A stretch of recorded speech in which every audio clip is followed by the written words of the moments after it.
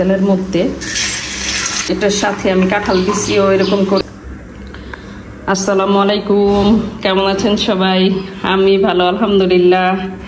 আজকের রান্না বাড়া এটা আমার ছাদ বাগানের দুন্দুল, অনেকগুলি দুন্দুল এখানে একেবারে পুরো মানে বলটা বসছে। এটা কাঁঠাল বিচি শুটকি মানে চাপা শুটকি দিয়ে রান্না করব, আর এটা চিকেন রান্না করব আলু দিয়ে ঝোল। আর এখানে যে শুটকি রসুন কেটে নিছি ওইটা দুন্দুলের জন্য। আর এখানে গরুর মাংস রান্না করব আলু দিয়ে, আর এটা আমরা বাসায় খাবো। আর এখানে চিকেনটা মেয়েকে সাথে করে দিয়ে দিব। গরুর মাংসটা তেল দিয়ে একদম মাখায় বসাই দিব। সব মশলা দিয়ে দিছি, লবণটা বাকি ছিল। আমার আর মেয়ের রান্নাবার আজকে, ছেলে নাই বাসায়। এই মাংস অল্প নিলে রান্না করতে কেমন জানি লাগে, মনে হয় যেন মশলা আসলে বেশ কম হইতে পারে, কারণ বেশিরভাগ মানে আরো বেশি করে রান্না করা হয়। এটাতে আমি দুন্দুল রান্না করব এই কড়াইয়ে। তো আমি আগে তেলের মধ্যে শুটকি ছেড়ে দিলাম, রসুন, পেঁয়াজ,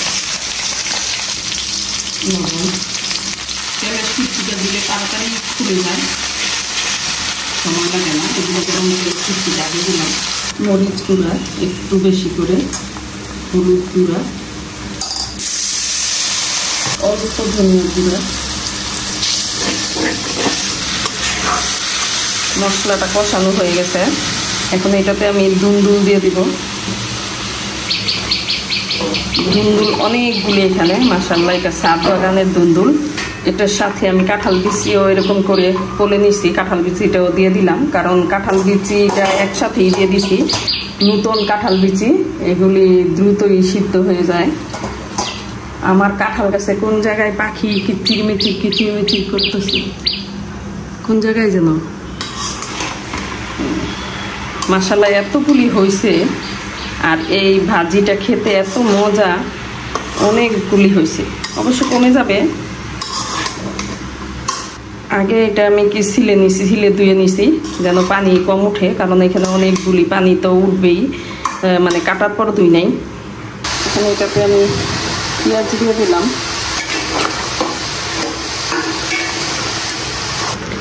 দুন্দুলটা বেশি থাকাতে পানিও বেশি উঠছে, কিন্তু এত পানি রাখা যাবে না, এটা শুকাইতে হবে, না হইলে মজা লাগবে না।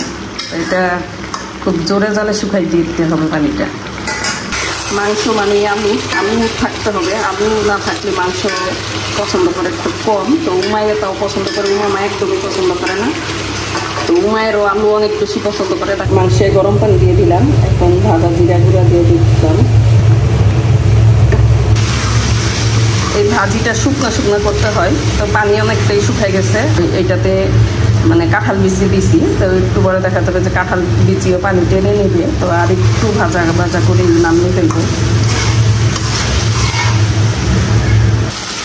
দুন্দুল ভাজাটা হয়ে গেছে, এই যে একদম পানি শুকাই গেছে, যাও কিছু গায়ে লাগা পানি এটা কাঁঠাল বিচি টেনে নেবে। আর এই ভাজিটা এত মজা শুটকি দিয়ে। আর এটা তো ছাদ বাগানের আর একটু স্পেশাল, আর একটু বেশি মজা।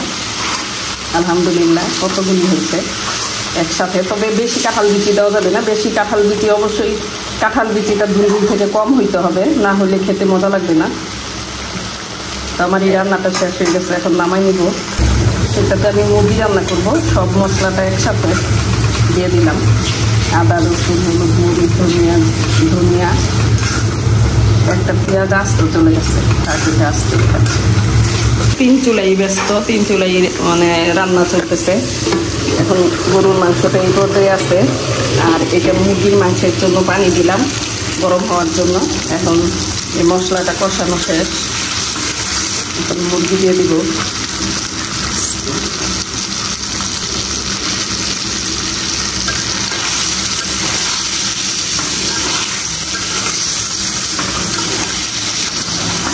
মাংসটা এখন গরম পানিতে দিয়ে দিব।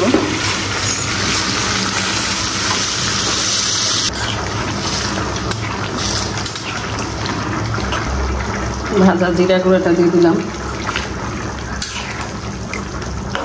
গরুর মাংসটা হয়ে গেছে রান্না, এখন এটা নামাই নিব। ভাত চুলায়, আর এখানে আমার মুরগিটা রান্না শেষ হয়ে গেছে। এখন নামাই ফেলবো।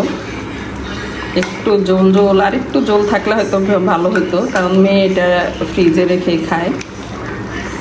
তো আমার রান্না করা শেষ আজকের জন্য, আলহামদুলিল্লাহ।